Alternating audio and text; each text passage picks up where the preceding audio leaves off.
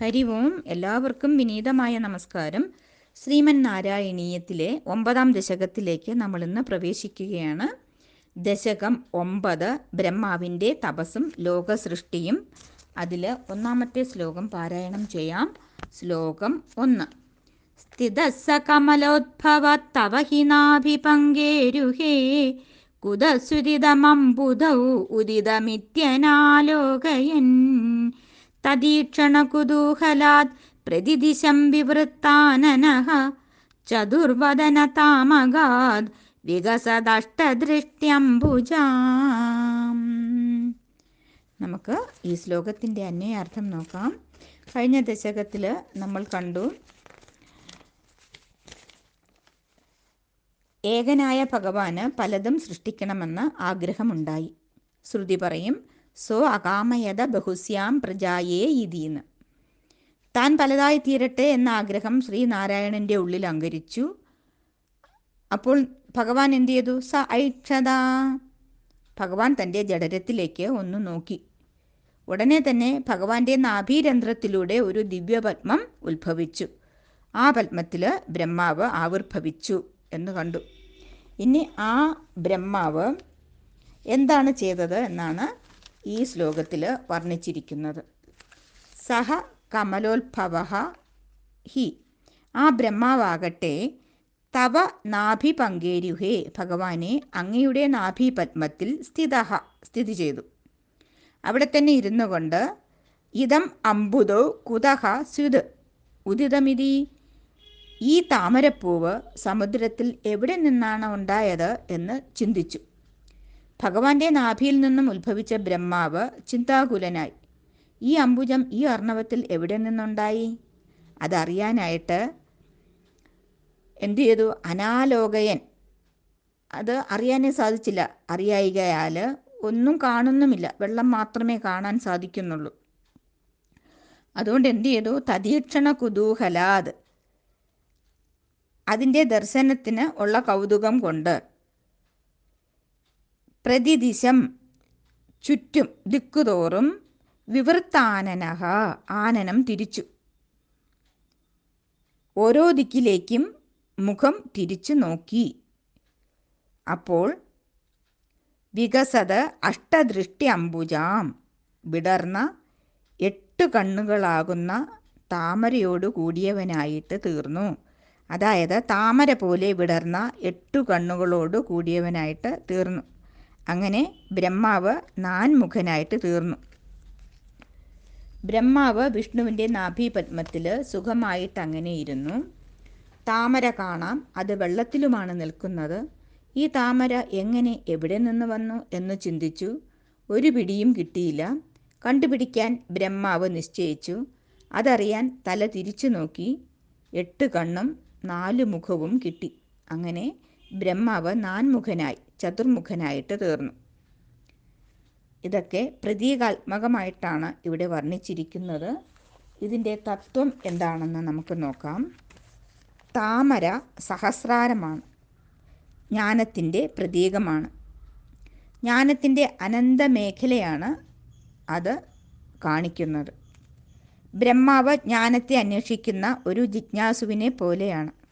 ഒരു സാധകൻ എപ്പോഴും സത്യാന്വേഷകനായിരിക്കണം. ഞാനാര്? എൻ്റെ സ്വരൂപം എന്ത്? അതിനെയാണ് ബ്രഹ്മാവലോകനധിഷണ എന്ന് പറയുന്നത്. ഇനി നാൻമുഖൻ്റെ 4 മുഖം എന്തിൻ്റെ പ്രതീകമാണ്? അത് ജാഗ്രത, സ്വപ്ന, സുഷുപ്തി, തുരീയം എന്നീ 4 അവസ്ഥകളെ കുറിക്കുന്നു.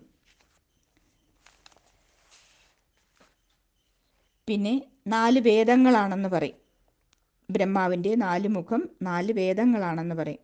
ഋക്ക്, യജുസ്, സാമം, അഥർവം എന്നീ 4 വേദങ്ങളെയാണ് അത് കുറിക്കുന്നത്. 4 ദിക്ക് അനന്തമാണ്. ഇനി 8 കണ്ണ് അഷ്ടവിധയോഗ ചര്യയാണ് കുറിക്കുന്നത്. യമം, നിയമം, ആസനം, പ്രാണായാമം, പ്രത്യാഹാരം, ധാരണ, ധ്യാനം, സമാധി. ഇതൊക്കെ നമ്മൾ 4-ാമത്തെ ദശകത്തിൽ വളരെ വിസ്തരിച്ച് പഠിച്ചതാണ്. ഇനി ആ 4 ദിക്കുകൾ അനന്തമാണ്. അനന്തതയെ അറിയാൻ അന്തർമുഖത്വവും യോഗസാധനയും ആവശ്യമാണ്. സത്യം കണ്ടെത്താൻ ശ്രമിച്ചതിൻ്റെ ഫലമായി അന്തർമുഖനായി ജാഗ്രത സ്വപ്ന സുഷുപ്തിക്കും അപ്പുറം നിൽക്കുന്ന പരമാത്മതത്വം സാധനയിലൂടെ അറിയാനായിട്ട് ബ്രഹ്മാവ് ശ്രമിച്ചു.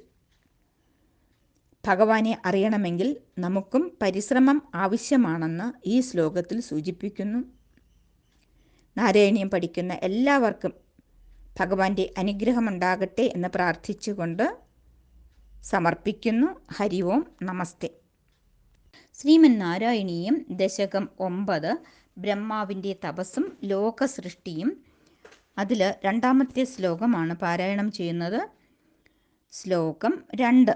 മഹാർണവവികൂർണിതം കമലമേവ തത് കേവലം വിലോക്യ തദുപാശ്രയം തപതനും തുനാലോകയൻ കയേഷ കമലോദരേ മഹതി നിസ്സഹായോ ഹ്യഹം കുതസുദിതമംബുജം സമജനീതി ചിന്താമഗാത്. അന്യാർത്ഥം നോക്കാം. ഇവിടെ നാഭീപത്മത്തിൽ സ്ഥിതി ചെയ്യുന്ന പത്മസംഭവൻ അവിടെ തന്നെ ഇരുന്നു കൊണ്ട് ഈ മഹാർണവത്തിൽ ഈ താമര എവിടെ നിന്നാണ് ഉണ്ടായത് എന്ന് ആലോചിക്കുന്നതായിട്ടാണ് ഇതിൽ വർണ്ണിച്ചിരിക്കുന്നത്. ബ്രഹ്മാവ് നോക്കിയപ്പോൾ എന്താ കണ്ടത്? മഹാർണവ, മഹത്തായ അർണവം. അർണവം എന്നാൽ സമുദ്രം എന്നർത്ഥം. മഹാസമുദ്രം മാത്രമേ കാണുന്നുള്ളൂ. അതെങ്ങനെയിരിക്കുന്നു? വിഘൂർണിതം, ഇളകിക്കൊണ്ടിരിക്കുന്നു. അതിൽ കമലമേവ തത് കേവലം വിലോക്യ, ഒരു താമരയെ മാത്രം കണ്ടിട്ട് തതു ഉപാശ്രയം തവതനും തുനാലോകയൻ, ഈ താമരയ്ക്ക് ആശ്രയമായിട്ട്, ആധാരമായിട്ട്, അധിഷ്ഠാനമായിട്ട് ഭഗവാനെ അങ്ങയെ കണ്ടില്ല. അപ്പോൾ ചിന്തിച്ചു, കയേഷ, ഏഷ കഹ, ഞാൻ ആര് എന്നാണ് ചിന്തിച്ചത്. ഏതു കാര്യത്തിനും ഒരു കാരണമുണ്ടാകണമല്ലോ. കമലോദരേ മഹതി നിസ്സഹായോ ഹ്യഹം, ഈ വലിയ താമരയ്ക്കുള്ളിൽ നിസ്സഹായനായിരിക്കുന്ന ഞാൻ ആരാണ്? കുതഹ സുദിതമംബുജം സമജനീതി, ഈ താമര എവിടെ നിന്ന് വന്നു എന്ന് ബ്രഹ്മാവ് ചിന്താമഗാത്, ചിന്തിച്ചു. ഇവിടെ മഹാസമുദ്രം, അതിൽ ഇളകിക്കൊണ്ടിരിക്കുന്ന ഒരു താമര മാത്രം, മറ്റൊന്നുമില്ല. ആ താമരയ്ക്ക് ആശ്രയമായ ഭഗവാന്റെ ശരീരത്തെ ഒട്ടും കാണുന്നുമില്ല. അപ്പോൾ താമരയ്ക്കുള്ളിൽ താൻ നിസ്സഹായനായിട്ട് ഇരിക്കുന്നു. ആ താൻ ആരാണ് എന്നും ഈ താമര എവിടെ നിന്ന് ഉണ്ടായി എന്നും ബ്രഹ്മാവ് ചിന്തിക്കുകയാണ്. നമ്മൾ മനസ്സിലാക്കണം, കാരണജലം അനന്തമാണ്, വിഷ്ണുവും അനന്തമാണ്. അപ്പോൾ അനന്തതയിൽ ഉണ്ടായ താമരയും അനന്തമാണ്. അനന്തമായ സമുദ്രത്തിൽ അനന്തമായ താമരയാണെങ്കിൽ താമരയിൽ നിന്നും ഭിന്നമായി സമുദ്രത്തെ കാണുകയില്ല. മഹാ തേജസ്സാണല്ലോ കാരണജലം, അത് പരമാത്മാവ് തന്നെയാണ്. ആ തേജസ്സിൻ്റെ പ്രവാഹമാണ് അലയടി. അതിനകത്തൊരു തേജസ്സാണ് താമര. അതിലാണ് ബ്രഹ്മാവ് സ്ഥിതി ചെയ്യുന്നത്. താമരയിലെ ബോധവികാസത്തിൻ്റെ കേന്ദ്രമാണ് ബ്രഹ്മാവ്. ബോധത്തിന് ആധാരമായ ഭഗവത് ശരീരം അത് കാണപ്പെടുന്നുമില്ല. ബ്രഹ്മാവാകുന്ന ബോധകേന്ദ്രം അനന്തതയിലേതാകയാൽ താൻ ആരെന്നോ തനിക്ക് ആധാരമായ വസ്തു എവിടെ നിന്നാണെന്നോ അറിയാൻ സാധ്യമല്ല. ബ്രഹ്മാവിൻ്റെ ചിന്തയും അന്വേഷണവും നമ്മുടെ തന്നെ ചിന്തയാണ്. ആധ്യാത്മികതയിലെ അഥവാ അനന്തതയിലെ ഏകാന്ത പതികത്വത്തിൻ്റെയും തനിക്ക് ആധാരമെന്തെന്നും എവിടെയെന്നുമുള്ള അന്വേഷണ ബുദ്ധിയുടെയും പ്രതിഫലനമായിട്ടാണ് നമ്മൾ കാണേണ്ടത്. ഇതിൻ്റെ തത്വം എന്താണെന്നാൽ, ബ്രഹ്മദേവൻ ഒരു സാധകൻ്റെ പ്രതീകമാണ്. ഞാൻ ആര്, എവിടെ നിന്ന് വന്നു, ഈ പ്രപഞ്ചമാകുന്ന താമര എവിടെ നിന്ന് ഉത്ഭവിച്ചു, ഈ പ്രപഞ്ചത്തിൻ്റെ അധിഷ്ഠാനം ഏത്, അത് നമ്മൾ ഈ ജന്മത്തിൽ തന്നെ കണ്ടുപിടിക്കണം.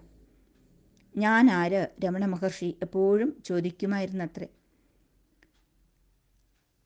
ആ ബുദ്ധിയാണ് വ്യവസായാത്മിക ബുദ്ധി എന്ന് ഭഗവാൻ ഗീതയിൽ പറഞ്ഞിരിക്കുന്നത്. നിശ്ചയം വന്ന ബുദ്ധി, ലക്ഷ്യബോധം വന്ന ബുദ്ധി നമുക്കുണ്ടാകണം. അതുണ്ടാകാനായിട്ട് ഭഗവാൻ അനുഗ്രഹിക്കട്ടെ എന്ന് പ്രാർത്ഥിച്ചുകൊണ്ട് എൻ്റെ വാക്കുകൾ ഭഗവത് പാദങ്ങളിൽ സമർപ്പിക്കുന്നു. ഹരി ഓം, നമസ്തേ.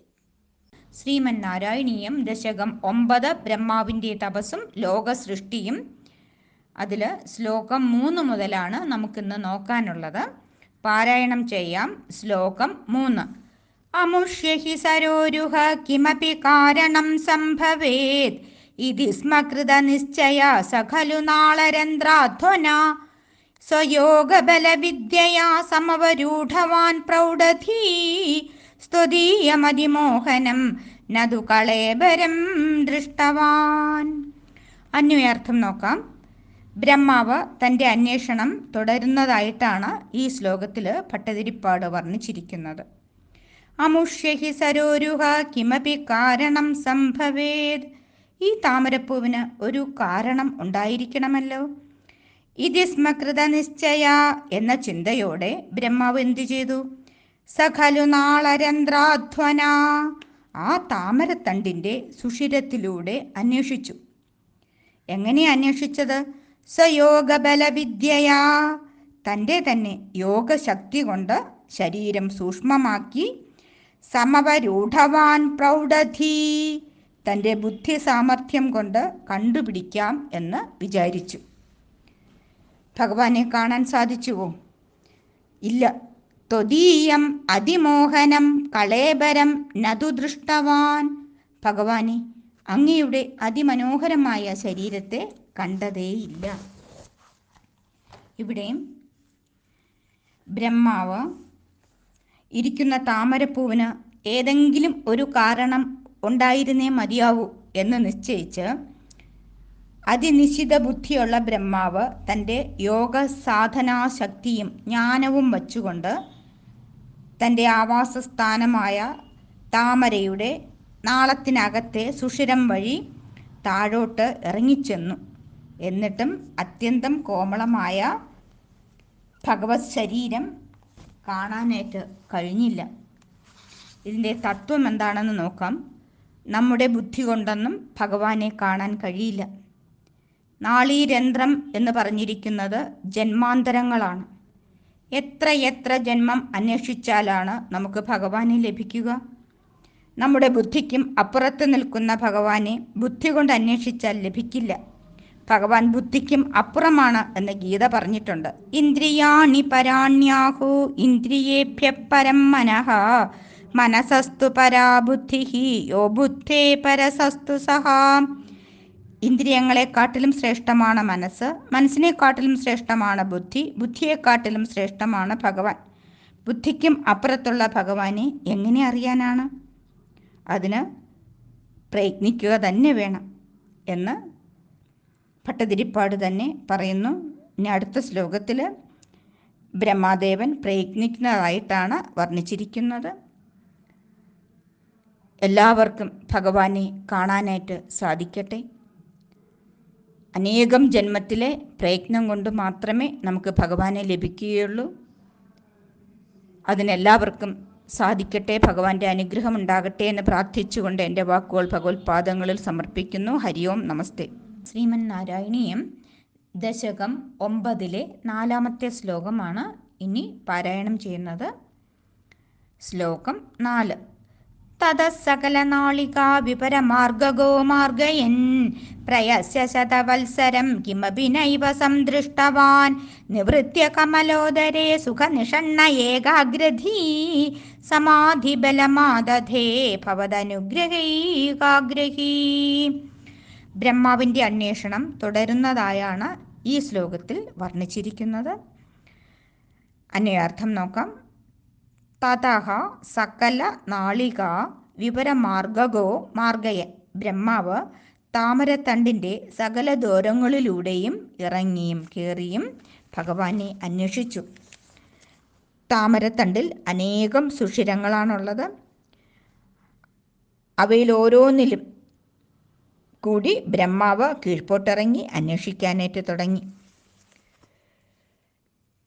എത്ര നാളാണ്? പ്രയസ്യ ശതവത്സരം, 100 വർഷം ആണ് നല്ലതുപോലെ അന്വേഷിച്ചത്, പ്രയത്നിച്ചു. അനേകം നാള് ബ്രഹ്മാവ് പ്രയത്നിച്ചു. എന്നിട്ട് ഭഗവാനെ കണ്ടോ? കിമഭിനൈവ ദൃഷ്ടവാൻ, ഒന്നും കാണാനായില്ല. അതുകൊണ്ട് എന്തു ചെയ്തു? നിവൃത്യ, അന്വേഷണമൊക്കെ നിർത്തിവെച്ചു. കമലോദരേ സുഖനിഷണ്ണ, താമരപ്പൂവിൽ സുഖമായിട്ട് സ്വസ്ഥമായിട്ട് ഇരുന്നു. എന്നിട്ട് എന്താ ചെയ്തത്?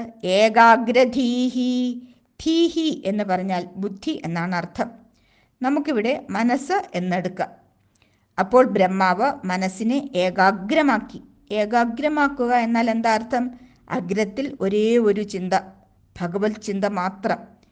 അങ്ങനെ ഏകാഗ്രമായ മനസ്സോടുകൂടി എന്തു ചെയ്തു? ഭവദനുഗ്രഹൈകാഗ്രഹീ, ഭഗവാന്റെ അനുഗ്രഹം എനിക്കുണ്ടാകണേ എന്ന് ആഗ്രഹിച്ചു. ഭഗവാന്റെ അനുഗ്രഹമുണ്ടെങ്കിൽ മാത്രമേ ഭഗവാനെ കാണാൻ സാധിക്കൂ.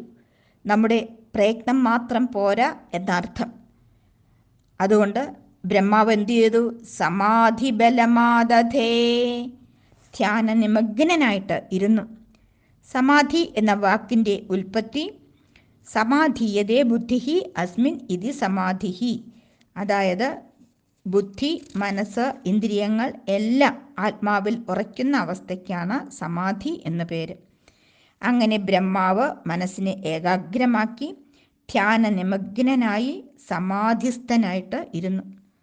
ഇത്രയും നാളും പുറത്താണ് അന്വേഷിച്ചത്, ഓടി നടന്നു. എത്ര കൊല്ലം? ശതവത്സരം, 100 വർഷം. നമ്മളും അങ്ങനെയല്ലേ? എന്നിട്ട് ഭഗവാനെ കിട്ടിയോ? ഇല്ല. പുറമെ അന്വേഷിച്ചാൽ ഭഗവാനെ കിട്ടില്ല. നമ്മൾ ഉള്ളിലേക്കാണ് നോക്കേണ്ടത്. ബഹിർമുഖനായി ഇരിക്കുന്നിടത്തോളം കാലം ഭഗവത് ദർശനം സാധ്യമല്ല.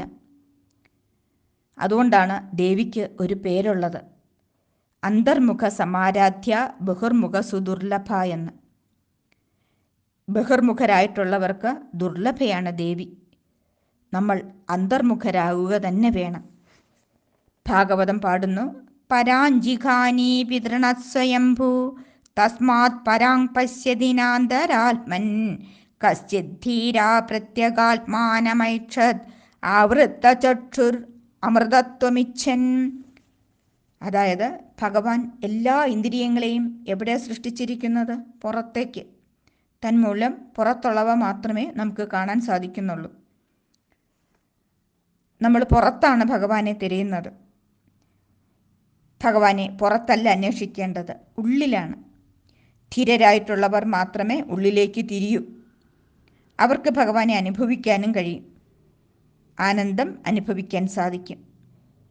അതുകൊണ്ട് നമുക്കും പ്രാർത്ഥിക്കാം, ഹേ ഭഗവാൻ, അന്തർമുഖത കൈവരിക്കാൻ അങ്ങ് ഞങ്ങളെ അനുഗ്രഹിക്കണേ എന്ന് പ്രാർത്ഥിച്ചുകൊണ്ട് ഈ ശ്ലോകം ഭഗവത് പാദങ്ങളിൽ സമർപ്പിക്കുന്നു. ഹരി ഓം നമസ്തേ. ശ്രീമൻ നാരായണീയം ദശകം 9, ബ്രഹ്മാവിൻ്റെ തപസ്സും ലോക സൃഷ്ടിയും. അതിൽ 5-ാമത്തെ ശ്ലോകമാണ് നമുക്ക് നോക്കാനുള്ളത്. പാരായണം ചെയ്യാം. ശ്ലോകം 5. ശതേന പരിവത്സരേർ ദൃഢസമാധിബന്ധോല്ലസത് പ്രബോധ വിശദീകൃത സഖലു പത്മിനി സംഭവഃ അദൃഷ്ടചരമത്ഭുതം തവ ഹി രൂപമന്തർദൃശാ വ്യജഷ്ടപരിതുഷ്ടധീർ ഭുജഗഭോഗഭാഗാശ്രയം. അന്യാർത്ഥം നോക്കാം. ഭഗവാനെ ദർശിക്കണമെന്ന് ആഗ്രഹിച്ച് ബ്രഹ്മാവ് എന്താണ് ചെയ്തത്?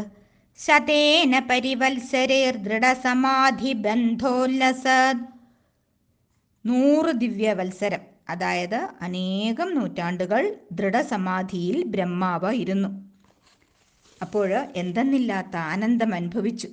അന്ധക്കരണം പരിശുദ്ധമായി. ഇപ്പോഴിതാ പ്രബോധ വിശദീകൃത, ബ്രഹ്മാവിന് പ്രകർഷേണ ബോധമുണ്ടായി, അതായത് ജ്ഞാനമുണ്ടായി. അദൃഷ്ടചരമത്ഭുതം തവ ഹി രൂപമന്തർദൃശ, അപ്പോൾ ഭഗവാന്റെ അതിമനോഹരമായിട്ടുള്ള രൂപം, അത്യത്ഭുതമായ ഇതുവരെ കണ്ടിട്ടില്ലാത്ത രൂപം ഇതാ ബ്രഹ്മാവിൻ്റെ ഉള്ളിൽ തെളിഞ്ഞു പ്രകാശിച്ചു. ബ്രഹ്മാവ് ഭഗവാനെ എങ്ങനെയാണ് കണ്ടത്? ഭുജഗഭോഗഭാഗാശ്രയം. വ്യജഷ്ടഹി, ഭുജകമെന്നാൽ അനന്തൻ, അനന്തനാകുന്ന മെത്തയിൽ ശയിക്കുന്ന ഭഗവാന്റെ ദിവ്യമംഗള സ്വരൂപത്തെയാണ് ബ്രഹ്മാവിന് ദർശിക്കാൻ സാധിച്ചത്. സാക്ഷാൽ അനന്തശായിയായിട്ടുള്ള ശ്രീ പത്മനാഭ സ്വാമിയെയാണ് ബ്രഹ്മാവ് ദർശിച്ചത് എന്നർത്ഥം. അതായത് ആ പത്മിനീ സംഭവനായിട്ടുള്ള ബ്രഹ്മാവ് അനേകം വർഷം പത്മാസനത്തിലിരുന്ന് ആ ഭഗവാനെ ധ്യാനിച്ചു. ആദ്യം ബഹിർമുഖനായിട്ടാണ് ബ്രഹ്മാവ് ഇരുന്നത്, പിന്നെ അന്തർമുഖനായപ്പോൾ ബ്രഹ്മാവിൻ്റെ അന്തഃകരണം പരിശുദ്ധമായി. അങ്ങനെ ആ ഉറച്ച സമാധിയിൽ പരമജ്ഞാനം ആ ബ്രഹ്മാവിനുണ്ടായി. നിർമ്മല ചിത്തനായി. മുമ്പ് കണ്ടിട്ടില്ലാത്തതും അത്യത്ഭുതകരവും അനന്തനാകുന്ന മെത്തയിൽ ശയിക്കുന്നവനുമായിട്ടുള്ള ഭഗവാനെ വളരെ സന്തോഷത്തോടുകൂടി കാണാനായിട്ട് സാധിച്ചു. ഭഗവാന്റെ യഥാർത്ഥ ദിവ്യമംഗള വിഗ്രഹത്തെയാണ് ബ്രഹ്മാവിന് ദർശിക്കാനായിട്ട് സാധിച്ചത്. ആ ബ്രഹ്മാവ് ദർശിച്ച ഭഗവത് രൂപം അതിമനോഹരമായിട്ട് ഭട്ടതിരിപ്പാട് അടുത്ത ശ്ലോകത്തിൽ വർണ്ണിക്കുന്നുണ്ട്. ഹരി ഓം നമസ്തേ. ശ്രീമൻ നാരായണീയത്തിലെ 9ാം ദശകത്തിലെ 6ാമത്തെ ശ്ലോകം നോക്കാം. ബ്രഹ്മാവ് ദർശിച്ച ഭഗവത് രൂപം അതിമനോഹരമായിട്ട് ഭട്ടതിരിപ്പാട് ഈ ശ്ലോകത്തിൽ വർണ്ണിച്ചിരിക്കുകയാണ്. പാരായണം ചെയ്യാം. ശ്ലോകം 6. കിരീടമകുടോല്ലസത് കടകഹാര കേയൂരയും മണിസ്ഫുരിതമേഖലം സുപരിവീത പീതാംബരം കളായ കുസുമപ്രഭം ഗളതലോല്ലസത് കൗസ്തുഭം വപുസ്തദൈ ഭാവയേ കമലജന്മനേ ദർശിതം. സർവത്ര ഗോവിന്ദനാമ സങ്കീർത്തനം ഗോവിന്ദ ഗോവിന്ദ. സാക്ഷാൽ ശ്രീ പത്മനാഭസ്വാമിയാണ് ബ്രഹ്മാവ് ദർശിച്ചത് എന്നാണ് ഭട്ടതിരിപ്പാട് ഈ ശ്ലോകത്തിൽ വർണ്ണിച്ചിരിക്കുന്നത്. ശ്രീ പത്മനാഭസ്വാമിയുടെ ഒരു സ്തുതിയുണ്ട്. സൂര്യേന്ദു കോടി വിലസത് മകുടാം ഗദാദീ ഭൂഷാ സഹസ്ര പരിമണ്ഡിത ദിവ്യഗാത്രം ഭോഗീന്ദ്രഭോഗശയനം രമഭൂസമേതം ശ്രീപത്മനാഭമനിശം ഹൃദി ഭാവയാമി. അതുതന്നെയാണ് ഭട്ടതിരിപ്പാട് ഈ ശ്ലോകത്തിൽ പറയുന്നത്. അന്വയാർത്ഥം നോക്കാം. ഭഗവാന്റെ ശിരസിലത കിരീടവും മകുടവും കൊണ്ട് ശോഭിക്കുന്നു. ഭട്ടപാദമുനി 2ാം അധ്യായത്തിൽ വർണ്ണിച്ചില്ലേ, സൂര്യസ്പർദ്ധി കിരീടം. 1000 സൂര്യന്മാർ ഒന്നിച്ചുയർന്നാൽ എത്ര പ്രകാശമുണ്ടോ അത്രയും പ്രകാശമുള്ള കിരീടം ധരിച്ചിട്ടുണ്ട്. കടകം വള അണിഞ്ഞിട്ടുണ്ട്. ഹാരം മാലകൾ, കേയൂരം തോൾവള, മേഖലം അരഞ്ഞാൾ. എങ്ങനെയുള്ള അരഞ്ഞാൾ? മണിസ്ഫുരിത മേഖലം, രത്നങ്ങൾ കൊണ്ട് പ്രകാശിക്കുന്ന മേഖല. സുപരിവീത പീതാംബരം, ഭഗവാനത അതിമനോഹരമായിട്ട് പളപള മിന്നുന്ന മഞ്ഞപ്പെട്ടങ്ങനെ ഞൊറിഞ്ഞുടുത്തിരിക്കുന്നു. ഗളതലോ ലസത് കൗസ്തുഭം, കഴുത്തിലതാ തിളങ്ങുന്നു. എന്താ തിളങ്ങുന്നത്? കൗസ്തുഭം. എവിടെ നിന്നാ കിട്ടിയത്? കുസ്തു എന്നാൽ സമുദ്രം എന്നർത്ഥം. സമുദ്രത്തിൽ നിന്നും കിട്ടിയത് കൊണ്ട് കൗസ്തുഭം. പാലാഴി മഥനത്തിൽ നിന്നും കിട്ടിയതാണ് കൗസ്തുഭം. അത് ഭഗവാൻ തൻ്റെ കഴുത്തിൽ ധരിച്ചിരിക്കുന്നു. ഭഗവാന്റെ അതിമനോഹരമായിട്ടുള്ള ആ രൂപം ആര് ദർശിച്ചു? കമലജന്മനേ ദർശിതം, ആ ബ്രഹ്മാവ് കണ്ടു. എനിക്കും ആ ദർശനം തന്ന് അനുഗ്രഹിക്കണേ ഭഗവാനെ. ബ്രഹ്മാവ് ധ്യാനിച്ചപ്പോഴാണ് ഭഗവാനെ കണ്ടത്. നമ്മളും ധ്യാനിക്കണം, നമുക്കും കാണാൻ സാധിക്കും. ധ്യാനമാണ് ശക്തിയുടെ നിധാനം. ഭഗവത് ധ്യാനത്തിലൂടെ മാത്രമേ നമുക്ക് ഭഗവാനെ നേടാൻ സാധിക്കൂ. ജ്ഞാനദൃഷ്ട്യാ തവ ധ്യാനൈകജാതയാ ജ്ഞാനമൂർത്തേ സകലത്തെയും കണ്ടു ഞാൻ എന്ന് രാമായണത്തിൽ ഭരദ്വാജമുനി ശ്രീരാമചന്ദ്ര പ്രഭുവിനോട് പറയുന്നുണ്ട്. അങ്ങയെ ധ്യാനിച്ചതുമൂലം ജ്ഞാനദൃഷ്ടിയിലൂടെ എനിക്കെല്ലാം കാണാൻ കഴിഞ്ഞു. അങ്ങ് ആരാണ്? അതുകൊണ്ട് ഭഗവത് ധ്യാനം നമ്മളും ശീലമാക്കണം. നമ്മളെല്ലാവരും ഭഗവാനെ കാണാൻ കൊതിക്കുന്നവരല്ലേ? അപ്പോൾ ധ്യാനം നമ്മൾ ശീലിക്കണം. അതിലേക്ക് വേണ്ടിയാണ് ഭട്ടപാദമുനി ഭഗവാന്റെ അതിമനോഹരമായ രൂപത്തെ വർണ്ണിച്ചിരിക്കുന്നത്. ഭഗവാൻ നിഷ്കളനാണ്. രൂപവും നാമവും ഒന്നുമില്ല. ആ ഭഗവാനെ സകലനായിട്ട് വർണ്ണിച്ചിരിക്കുന്നത് നമ്മളെപ്പോലെയുള്ളവർക്ക് വേണ്ടിയാണ്. അവ്യക്തനും അരൂപനുമായ ഭഗവാനെ നമുക്ക് ധ്യാനിക്കാൻ സാധ്യമല്ല, പ്രയാസമാണ്. പക്ഷേ ഭഗവാന്റെ അതിമനോഹരമായ കോമളമായ മന്ദഹാസം പൊഴിച്ചുകൊണ്ടിരിക്കുന്ന ആ രൂപം ധ്യാനിക്കാൻ സാധിക്കുമല്ലോ. അങ്ങനെ ധ്യാനിച്ച് ധ്യാനാവസ്ഥിത തദ്ഗതേന മനസാ പശ്യന്തിയം യോഗിനോ. ഭഗവാൻ നമ്മുടെ ഉള്ളിൽ അങ്ങനെ കാണാൻ സാധിക്കും. ആരാണോ ഭഗവാനെ ധ്യാനിക്കുന്നത് അവരുടെ മുന്നിൽ ഭഗവാൻ തീർച്ചയായിട്ടും എത്തും. ആ 5 വയസ്സുള്ള ധ്രുവബാലൻ്റെ മുന്നിൽ ഭഗവാൻ എത്തിയില്ലേ? 5 മാസം ഭഗവാനെ ധ്യാനിച്ചതേ ഉള്ളൂ. ഭഗവാനത ഗരുഡാതിരൂഢനായിട്ടാണ് എത്തിയത്. പ്രഹ്ലാദ ബാലൻ്റെ മുന്നിൽ എത്തിയില്ലേ? ഏതു രൂപത്തിലാ? നരസിംഹരൂപത്തിൽ. കർദമ്മ പ്രജാപതിയുടെയും ദേവഹൂതിയുടെയും അടുത്ത് വന്നില്ലേ? കപില ഭഗവാനായി, അവരുടെ ഉണ്ണിയായി. യേഥാ മാം പ്രപദ്യന്തെ താം തദൈവ ഭജാമ്യഹം എന്നല്ലേ ഭഗവാൻ ഗീതയിൽ പറഞ്ഞത്? നിങ്ങൾ എങ്ങനെയാണോ എന്നെ ആരാധിക്കുന്നത് അങ്ങനെ തന്നെ ഞാൻ നിങ്ങളെ വന്ന് അനുഗ്രഹിക്കും. ഇത് ഭഗവാന്റെ വാക്കുകളാണ്. അങ്ങനെ ഭഗവാനെ ദർശിക്കാൻ ആഗ്രഹിച്ച ബ്രഹ്മാവിന് ഭഗവാനത ശ്രീ പത്മനാഭനായി ദർശനം നൽകി. ഭഗവാനെ ഞങ്ങളുടെ ഉള്ളിലും ആ ദർശനം തന്ന് അനുഗ്രഹിക്കണേ എന്ന് പ്രാർത്ഥിച്ചുകൊണ്ട് എൻ്റെ വാക്കുകൾ ഭഗവത്പാദങ്ങളിൽ സമർപ്പിക്കുന്നു. ഹരി ഓം നമസ്തേ. ശ്രീമന്നാരായണീയം ദശകം 9 ബ്രഹ്മാവിൻ്റെ തപസ്സും ലോകസൃഷ്ടിയും. അതിൽ 7ാമത്തെ ശ്ലോകം മുതലാണ് നമുക്ക് നോക്കാനുള്ളത്. പാരായണം ചെയ്യാം. ശ്ലോകം 7. ശ്രുതിപ്രകരദർശിത പ്രചുരവൈഭവ ശ്രീപതേ ഹരേ ജയ ജയ പ്രഭോ പദമുപേക്ഷിദിഷ്ട്യാദൃശോः കുരുഷ്വധിയമാശു മേ ഭുവന നിർമ്മിതൗ കർമ്മഠാം ഇതി ദ്രുഹിണവർണിത സുഗുണബെംഹി മാം പാഹി മാം. അന്യാർത്ഥം നോക്കാം. ബ്രഹ്മാവ് ഭഗവാനെ സ്തുതിച്ച് പ്രാർത്ഥിക്കുന്നതായിട്ടാണ് ഈ ശ്ലോകത്തിൽ ഭട്ടതിരിപ്പാട് വർണ്ണിച്ചിരിക്കുന്നത്. ബ്രഹ്മാവ് സ്തുതിക്കുകയാണ്. ഹേ ശ്രുതി പ്രകരദർശിത. ശ്രുതി എന്നാൽ വേദമെന്നർത്ഥം. ശ്രുതി മാതാവിനാൽ വർണ്ണിക്കപ്പെട്ട പ്രകാരം പ്രചുരവൈഭവ വളരെയധികം മഹത്വമുള്ള അല്ലയോ ഭഗവാനെ. ശ്രീപദേ അങ്ങ് ആരാണ്? ഐശ്വര്യദേവതയായ ലക്ഷ്മി ദേവിയുടെ ഭർത്താവാണ് അങ്ങ്. പതി എന്നാൽ ഭർത്താവ് എന്നർത്ഥം. ഭർത്താവ് എന്നാൽ ഭരിക്കുന്നവൻ, സംരക്ഷിക്കുന്നവൻ എന്നാണ് അർത്ഥം. ഭഗവാൻ ആരാ? ലക്ഷ്മി വല്ലഭനാണ്. എല്ലാ ഐശ്വര്യങ്ങളുടെയും ദേവതയാണ് ലക്ഷ്മി. ഭഗവാനെ ഭജിച്ചാൽ എല്ലാ ഐശ്വര്യങ്ങളും ഉണ്ടാകും എന്നർത്ഥം. ഐശ്വര്യദേവതയായ ലക്ഷ്മി ദേവിക്ക് ഭഗവാൻ എവിടെയാണ് സ്ഥാനം കൊടുത്തിരിക്കുന്നത്? തിരുമാറിൽ. അപ്പോൾ ഐശ്വര്യം ഉണ്ടാവാൻ നാം എന്തു ചെയ്യണം? ഭഗവാനെ ഭജിച്ചാൽ മതി. ഐശ്വര്യം താനെ വന്നുകൊള്ളും. ഭാര്യയ്ക്ക് എപ്പോഴും ഭർത്താവിൻ്റെ കൂടെ നടക്കാനല്ലേ ഇഷ്ടം? അങ്ങനെയുള്ള ശ്രീപദേ ലക്ഷ്മി വല്ലഭ അങ്ങ് ആരാണ്? ഹരേ എല്ലാ ദുഃഖങ്ങളെയും ഹരിക്കുന്നവനാണ് അങ്ങ്. ഹരിർ ഹരതി പാപാനി നമ്മുടെ സകല പാപങ്ങളെയും വിഷമങ്ങളെയും സങ്കടങ്ങളെയും ദുഃഖങ്ങളെയും ദുരിതങ്ങളെയും ഒക്കെ നശിപ്പിക്കുന്നവനാണ് ഭഗവാൻ. അതുകൊണ്ട് ഭഗവാന്റെ പേരെന്താ? ഹരി. ഭട്ടതിരിപ്പാട് വളരെ ഉച്ചത്തിലാണ് വിളിക്കുന്നത് ഹരേ എന്ന്.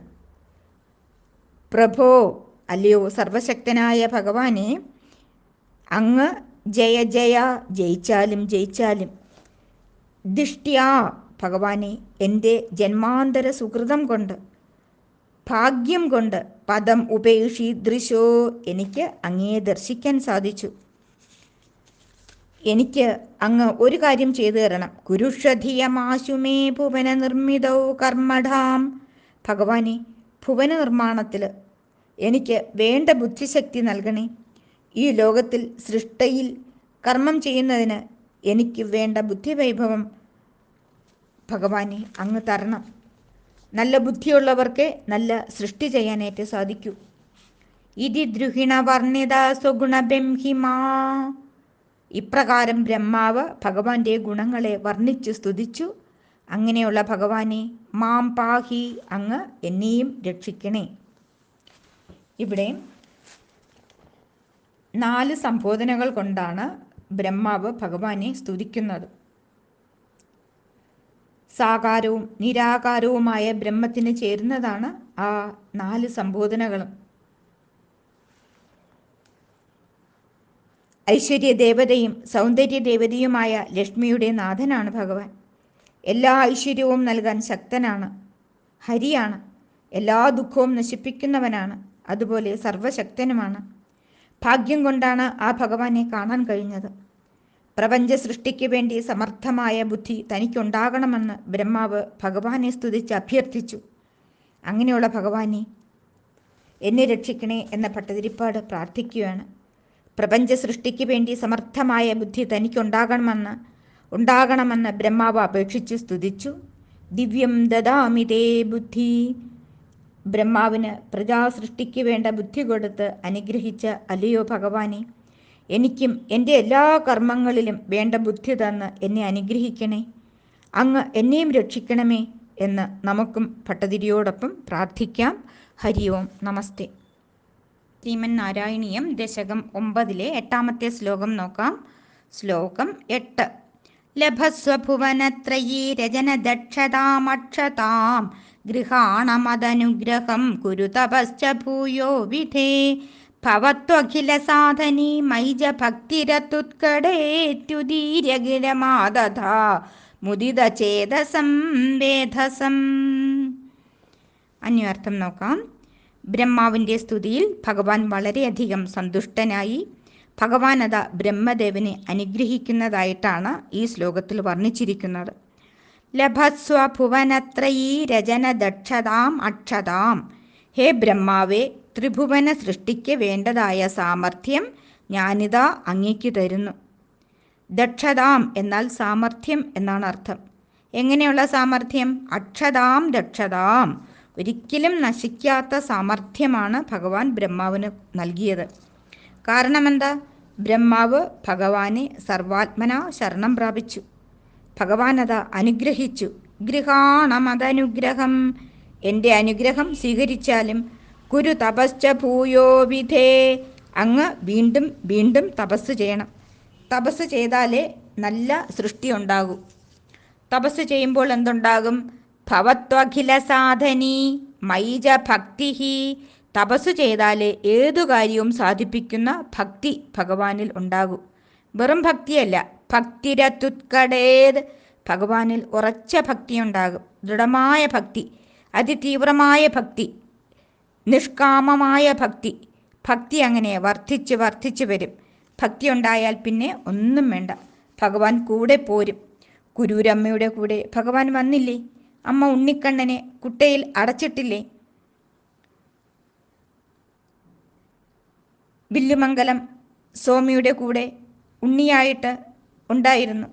സ്വാമി ഒരു ദിവസം ഭഗവാൻ കുറുമ്പ് കാണിച്ചപ്പോൾ പുറം കൈകൊണ്ട് തട്ടിയത്രേ, പിണങ്ങി. എന്നെ അനന്തൻ കാട്ടിൽ വന്ന് അന്വേഷിച്ചോളൂ എന്ന് പറഞ്ഞ് നേരെ ഇവിടെ വന്നു. നമ്മുടെ ഭാഗ്യം, ശ്രീ പത്മനാഭനായി അനന്തശായിയായി ദാ നമ്മുടെ അടുത്ത് വന്നില്ലേ ഭഗവാൻ?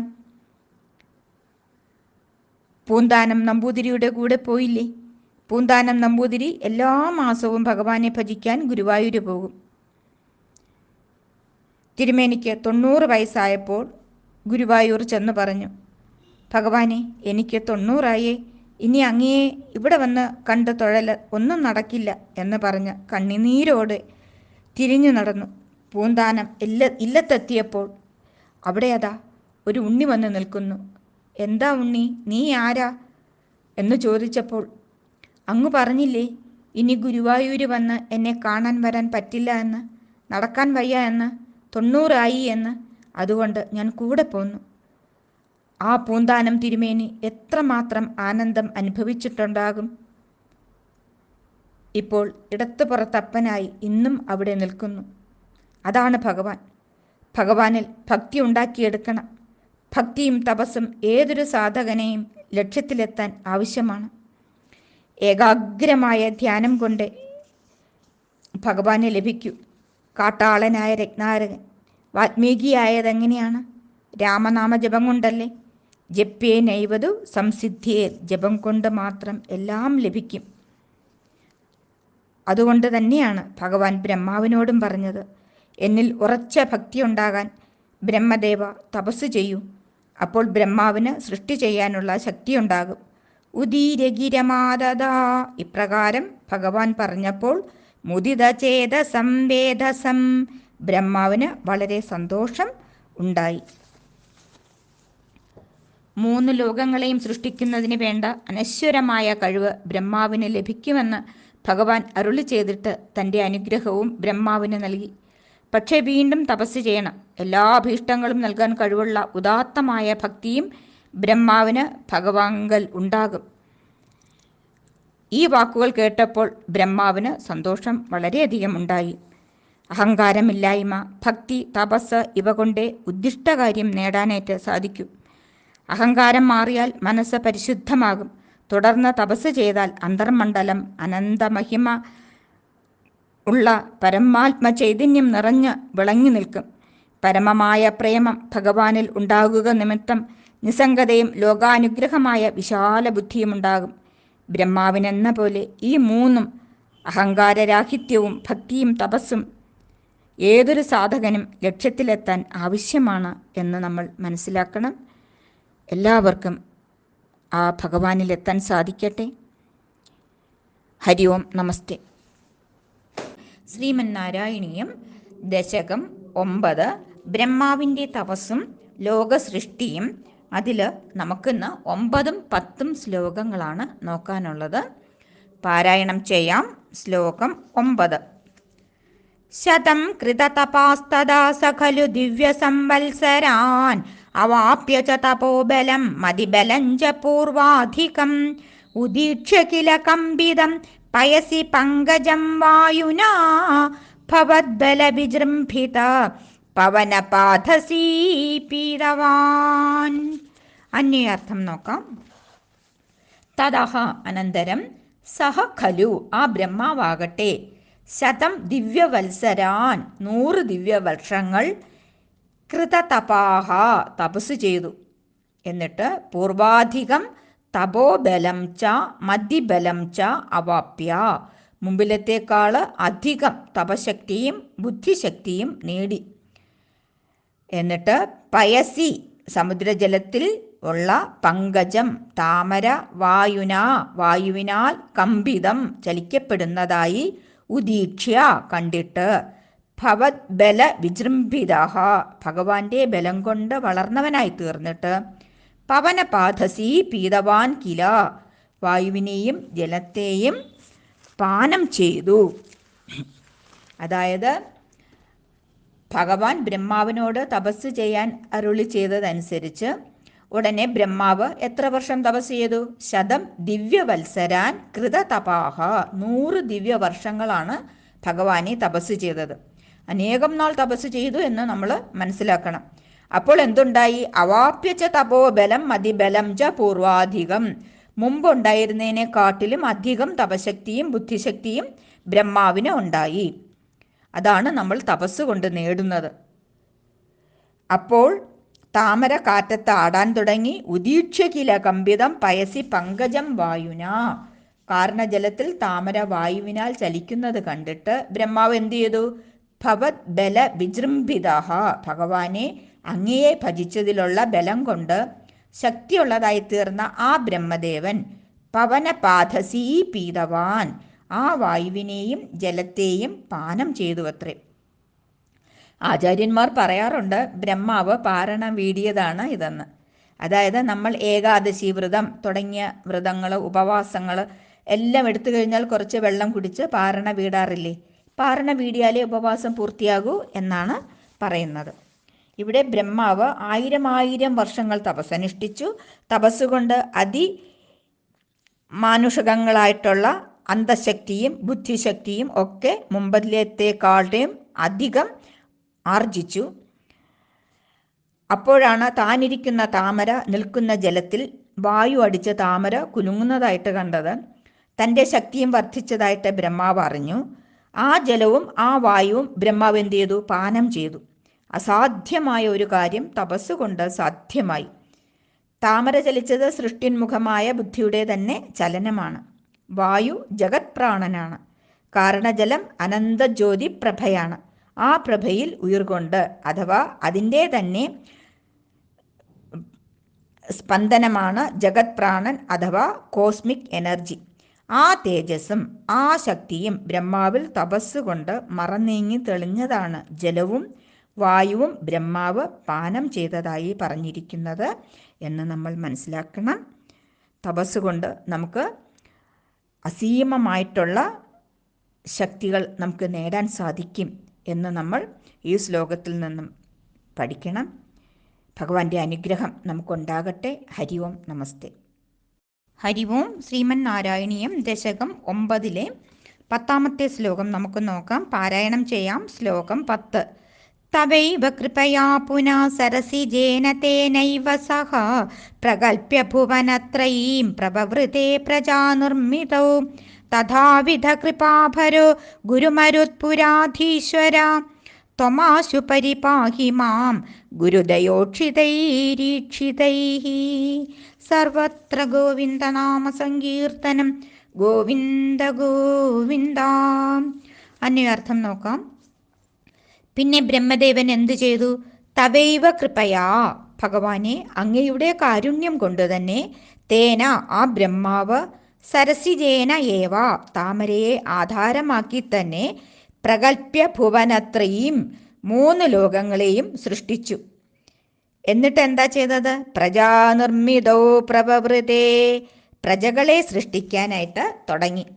ഇങ്ങനെ പ്രപഞ്ചത്തിനെ സൃഷ്ടിക്കാൻ കഴിയുന്ന അത്ഭുത ശക്തിയുള്ള ബ്രഹ്മാവിനെ അനുഗ്രഹിച്ചില്ലേ ഭഗവാനെ അങ്ങ്? അപ്പോൾ ഭഗവാൻ ആരാണ്? ഭട്ടതിരിപ്പാട് പറയുന്നു, തഥാവിധ കൃപാഭരഃ, നിറഞ്ഞ കാരുണ്യം ഉള്ളവനാണ് ഭഗവാൻ. കാരുണ്യത്തിടമ്പാണ് ഭഗവാൻ. ഭഗവാന്റെ കാരുണ്യം എത്രയാണെന്ന് നമുക്ക് ഓരോരുത്തർക്കും അനുഭവമുള്ളതല്ലേ? അങ്ങനെയുള്ള ഭഗവാനെ അങ്ങ് ത്വം ഗുരുദയോക്ഷിതൈരീക്ഷിതൈഃ, ഭഗവാനെ അങ്ങയുടെ വർദ്ധിച്ച കാരുണ്യത്താൽ കുതിർത്ത കടാക്ഷങ്ങളെക്കൊണ്ട് എന്നിലും ദയ ചൊരിയണേ. ഹേ ഗുരുമരുത്പുരാധീശ്വര, അല്ലയോ ഗുരുവായൂരപ്പ, ആശുമാം പരിപാഹി, അങ്ങ് എന്നെയും രക്ഷിക്കണേ. ഭഗവാന്റെ കൃപാധിക്യം എത്രയെന്ന് പറഞ്ഞറിയിക്കാൻ സാധ്യമല്ല. ആ ബ്രഹ്മാവിനെ അങ്ങ് അനുഗ്രഹിച്ചില്ലേ? അപ്പോൾ ഈ പാവപ്പെട്ട എന്നിലും അങ്ങയുടെ കാരുണ്യമുണ്ടാകണേ ഭഗവാനെ. ശാരീരികവും മാനസികവുമായ സകല ദുഃഖങ്ങളെയും ഇല്ലാതാക്കി പരമാനന്ദം അനുഭവിക്കാൻ അനുഗ്രഹിക്കണേ ഭഗവാനെ എന്ന് ഭട്ടതിരിപ്പാടിനോടൊപ്പം നമുക്കും പ്രാർത്ഥിക്കാം. ഈ ദശകത്തിൽ നിന്നും നമുക്ക് എന്താണ് പഠിക്കാനുള്ളത്? ഏതു കാര്യം തുടങ്ങുന്നതിന് മുമ്പും ഭഗവാനെ ഭജിക്കണം, തപസ് ചെയ്യണം. ഭക്തിയും തപസ്സും ഏതൊരു സാധകനും ലക്ഷ്യത്തിലെത്താൻ അത്യാവശ്യമാണ്. ഏകാഗ്രമായ ധ്യാനം കൊണ്ടേ ഭഗവാനെ ലഭിക്കൂ. ജപ്യേ നൈവതു സംസിദ്ധ്യേത് എന്നല്ലേ? ജപം കൊണ്ട് മാത്രം നമുക്ക് എല്ലാം ലഭിക്കും. ജപം എന്ന വാക്കിൻ്റെ അർത്ഥം തന്നെ ജകാരോ ജന്മവിച്ഛേദ പകാരോ പാപനാശനഃ തസ്മാത് ജപ ഇതി പ്രോക്തോ ജന്മപാപവിനാശനാത്. ജന്മത്തെ നശിപ്പിക്കുന്നു, പാപത്തെ നശിപ്പിക്കുന്നു. നമ്മൾ ഏതൊക്കെയോ ജന്മത്തിൽ ചെയ്തു കൂട്ടിയ പാപത്തെ മുഴുവനും നശിപ്പിക്കാൻ നാമജപത്തിന് കഴിയും. ഈ ജീവാത്മാവിനെ പരമാത്മാവിൽ ഐക്യം പ്രാപിക്കാൻ കഴിയണം. ഈശ്വരനാമം ജപിച്ച കാട്ടാളൻ രത്നാകരൻ വാൽമീകിയായി മാറിയ കഥ നമുക്കറിയാവുന്നതാണല്ലോ. അതാണ് ഈശ്വരനാമം ജപിച്ചാലുള്ള ഗുണം. ദേവാലയത്തിലോ വീട്ടിലോ ഇരുന്ന ഈശ്വരനാമം ജപിച്ച ആരെയും ഈ മണ്ണ് മറന്നിട്ടില്ല. ബംഗാളിലെ ഹുഗ്ലിയിലെ പുക്കൂർ എന്ന കൊച്ചു ഗ്രാമത്തിൽ കാളിയെ ഭജിച്ച ഗദാധരനാണ് ശ്രീരാമകൃഷ്ണ പരമഹംസനായിട്ട് മാറിയത്. ആ ഗുരുനാഥനെ സേവിച്ച നരേന്ദ്രൻ എന്ന യുവാവാണ് സ്വാമി വിവേകാനന്ദനായിട്ട് മാറിയത്. അതുപോലെ ശ്രീ ശങ്കരാചാര്യരും ശ്രീനാരായണ ഗുരുദേവനും ചട്ടമ്പി സ്വാമിയും അഭേദാനന്ദ സ്വാമികളും നമ്മെ പഠിപ്പിച്ചതും അതുതന്നെയാണ്. ജപസ്തു സർവധർമ്മേഭ്യോ പരമോധർമ്മ ഉച്യതേ എന്നാണ്. ജപം സകല ധർമ്മങ്ങളിലും വച്ച് ശ്രേഷ്ഠമായ ധർമ്മമാണ്. യജ്ഞാനാം ജപയജ്ഞോസ്മി എന്ന ഭഗവാനും ഗീതയിൽ പറഞ്ഞിട്ടുണ്ട്. എല്ലാ യജ്ഞങ്ങളിലും വച്ച് ഞാനാണ് ജപയജ്ഞം. ഈ ഉദാത്തമായ സങ്കല്പത്തെ വളർത്തുവാനാണ് നമുക്ക് ഇതുപോലെയുള്ള ശാസ്ത്രഗ്രന്ഥങ്ങൾ നമ്മുടെ ഗുരുപരമ്പര സമ്പാദിച്ചു തന്നത്. മാനസം സ്നാനം, വിഷ്ണു ചിന്തനം. ഭഗവാനെ ചിന്തിച്ചാൽ മനസ്സ് ശുദ്ധമാകും. അപവിത്ര പവിത്രോ വാ സർവാവസ്ഥാം ഗതോപിവ യസ്മരേത് പുണ്ടരീകാക്ഷം സബാഹ്യ അഭ്യന്തര ശുചി എന്നാണ്. പവിത്രനായാലും ശരി അപവിത്രനായാലും ശരി, ആരാണോ ഈ പുണ്ടരീകാക്ഷനെ, ഈ താമരക്കണ്ണനെ സ്മരിക്കുന്നത്, അവന് അകത്തും പുറത്തും ഒരുപോലെ ശുദ്ധമാക്കാൻ സാധിക്കും. നമ്മൾ അന്ധക്കരണ പരിശുദ്ധി നേടണം. ഭഗവാനെ ഭജിക്കുന്നവർക്ക് തീർച്ചയായിട്ടും അത് സാധിക്കും. അതുതന്നെയാണ് നാരായണീയ പഠനം കൊണ്ട് നമ്മൾ നേടേണ്ടത്. അതിന് നമുക്ക് സാധിക്കട്ടെ എന്ന് പ്രാർത്ഥിച്ചുകൊണ്ട് 9ാമത്തെ ദശകം പൂർണ്ണമാവുകയാണ്. എൻ്റെ വാക്കുകൾ ഭഗവാന്റെ പാദത്തിലും ഗുരുപാദത്തിലും സമർപ്പിക്കുന്നു. ഹരി ഓം, നമസ്തേ.